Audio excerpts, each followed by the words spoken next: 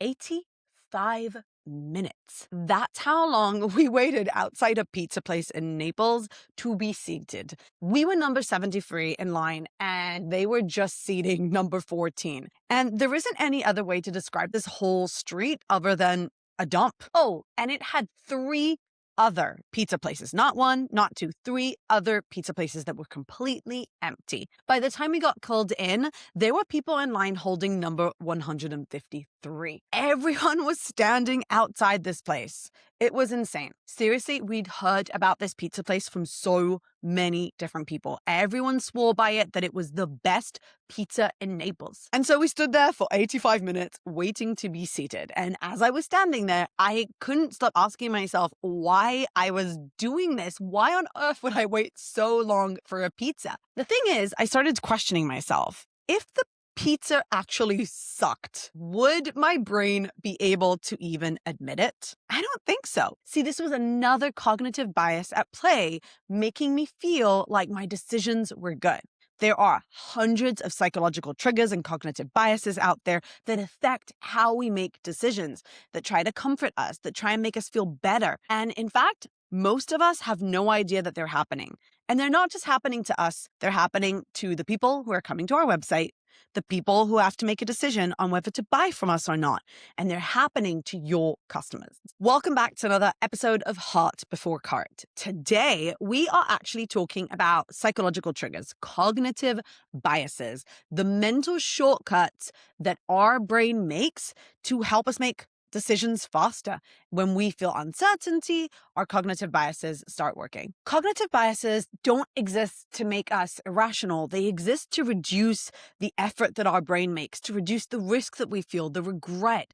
So it's all about our brain helping us make better decisions. Standing in line for 85 minutes for pizza is a great example of a cognitive bias called the bandwagon effect. The bandwagon effect represents our tendency to adopt beliefs or behaviors because many others already have. Most people feel safer just by being like everyone else. That makes sense, right?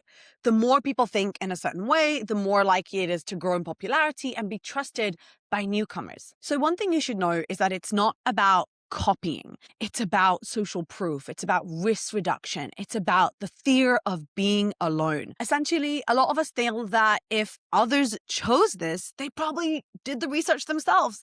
If I choose this and it fails, I'm not alone, or belonging just feels safer than standing out. Popularity doesn't just signal quality, it signals safety. And that's exactly why the bandwagon effect works so well in marketing and on websites. The reason reviews feel more honest is because they come from people like us. They include doubt, they include nuance and imperfection. And it's why Reddit works too, because it has this collective filtering. It has upvotes. It feels like there's community-based wisdom. And we trust crowds more than brands because crowds feel like us. Let's take a look at some examples in action. So when you're comparing between a few items, a product, or different options, we tend to choose the more popular one. It removes this emotional burden of choice.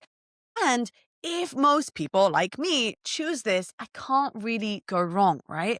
On a pricing page, you'll frequently see things like, this is the bestseller, most loved, most popular, or you'll see 42,000 desks have been sold and counting. Shoppers who were undecided on color gravitate toward the crowd favorite option, reassured by its popularity. If 42,000 people chose this desk, I'm probably in good company. Another really common example is when you see something like join 5,000 first-year students who started their careers at this university last fall. Sometimes it will include even heat maps and graphics showing the most popular majors that subtly are signaling that you'll be in good company. These are all part of the bandwagon effect of showing you that other people like you have chosen this and that you should feel safe and there's no risk at it because other people like you have already made the decision. Let's talk about how you can use the bandwagon effect. Number one way is to show your actual numbers, emphasize your popularity,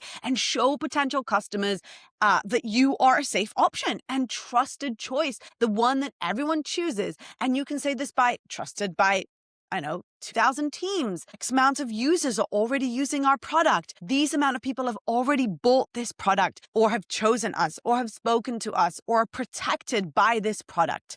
There are so many different ways where you can use numbers to articulate and make people feel that they are safe because they are in a bigger group and it's a popular choice. Of course, another very well-known way is to use reviews.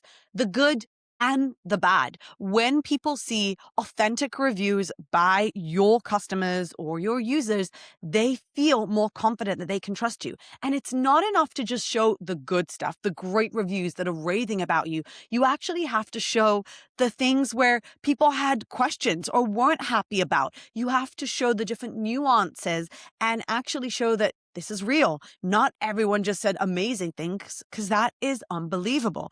But if you also show a bit of the bad, a bit of the confusion, some of the things that might have gone wrong but ended up being well, then you can actually use reviews to help people feel safe. And of course, one of the most well-known options is on your pricing plan. So if you are trying to get people to choose a certain plan and you know that most people choose this and love this, then you can add labels to it, like bestseller, most popular, and so on.